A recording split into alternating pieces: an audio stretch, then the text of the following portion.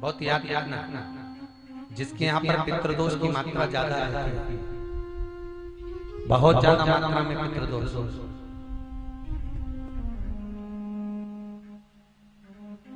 तो पितरों के जो देवता होते हैं, क्या नाम है? आर्यमा। क्या नाम है पितरों के देवता का? आर्यमा।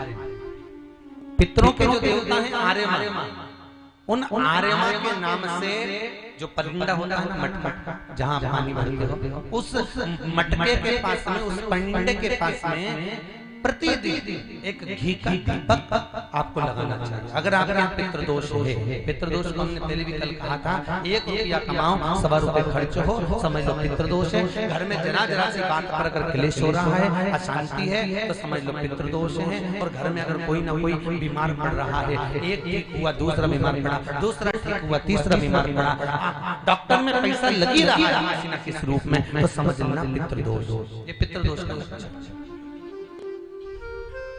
तो पितरों का देवता आर्यमा,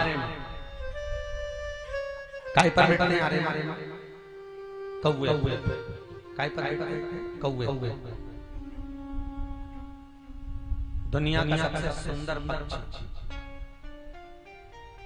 दुनिया का सबसे सुंदर पक्षी, सबसे श्वेत, बगुला भी जिसके आगे फीका है, हंस भी जिसके आगे छोटा है, वो दुनिया का सबसे सुंदर पक्षी कौन सा था?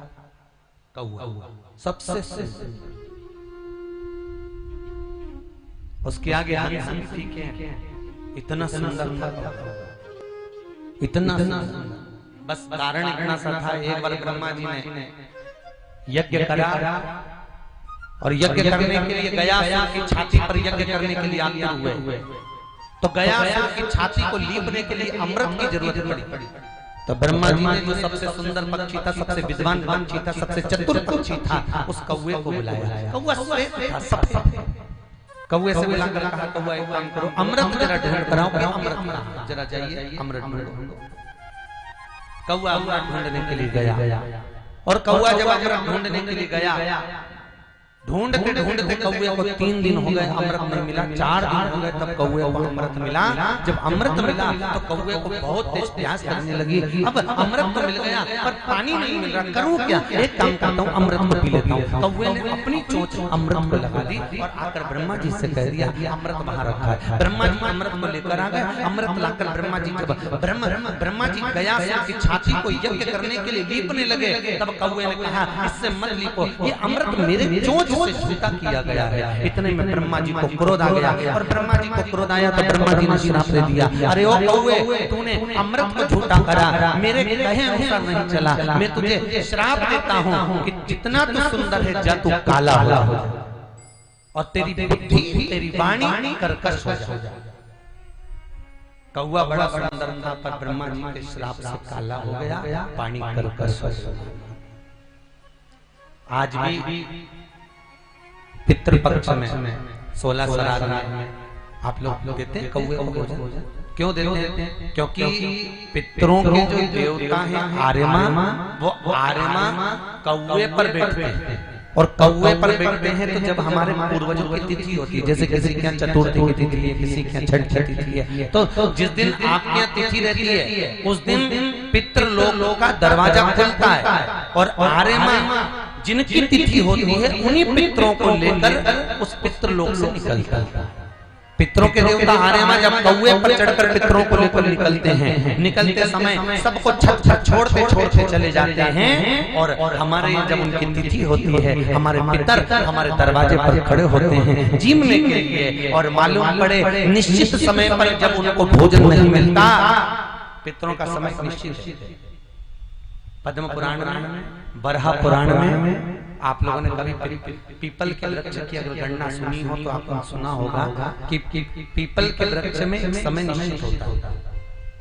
सुबह 4 बजे से लेकर 7:30 बजे तक पीपल के वृक्ष में ब्रह्मा जी का वास, 7:30 बजे से लेकर 10:30 बजे तक पीपल के वृक्ष में भगवान विष्णु का वास, 10:30 बजे से लेकर 11:30 बजे तक पीपल के वृक्ष में पितरों का वास, 11:30 बजे से लेकर 1:30 बजे तक पीपल के वृक्ष में आहूतों का वास, फिर वासुकों का वास, और वासुकों के बाद में पीपल के वृक्ष में शाम को 4 बजे से लेकर 7:30 बजे तक शिव जी का वास है। 7:30 बजे से लेकर 9:30 बजे तक पीपल के वृक्ष में कुबेर का वास है। कुबेर के वास के बाद में इसलिए हमारे हिंदू धर्म कहता है कि पीपल के वृक्ष की अगर परिक्रमा करना है, पीपल के पेड़ की अगर परिक्रमा करना है तो सुबह 10:30 से पहले करो। 10:30 के बाद में पितरों का वास चालू हो जाता है। तो 11:30 बजे तक पितरों का वास, फिर आहूतों का वास, फिर वासुकों का वास, फिर शिव जी का वास हो जाता है। तो फिर शाम को भी पीपल के वृक्ष की परिक्रमा नहीं होती और दिन में भी पीपल के वृक्ष की परिक्रमा नहीं।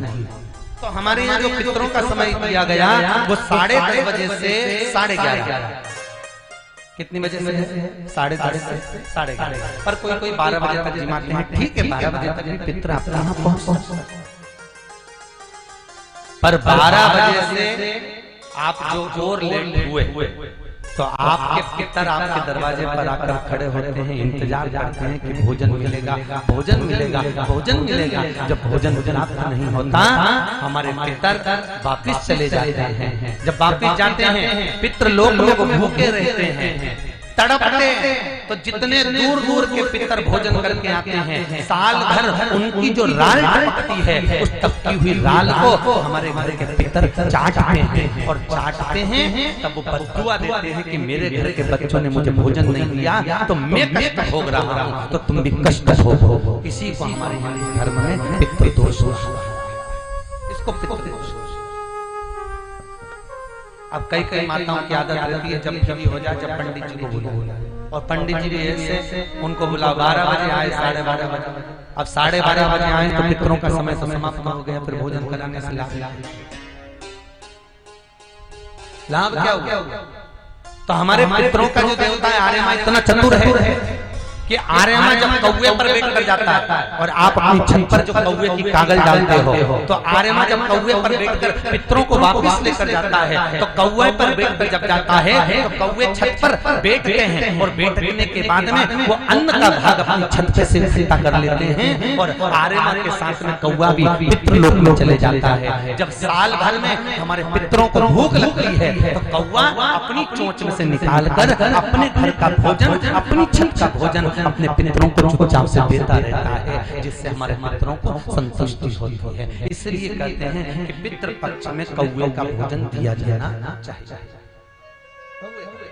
हाँ, पर अगर आप लोग गया जी होकर गया दान कर दिया, श्राद्ध कर दी, तो फिर कौवे का भोजन नहीं दिया जाएगा। फिर केवल गाय का भोजन, और गाय के भोजन के साथ में ब्राह्मण का भोजन। धूप भी नहीं छोड़ना चाहिए। अगर गया जी होकर आए तो धूप नहीं छोड़ना, फिर केवल भाग केवल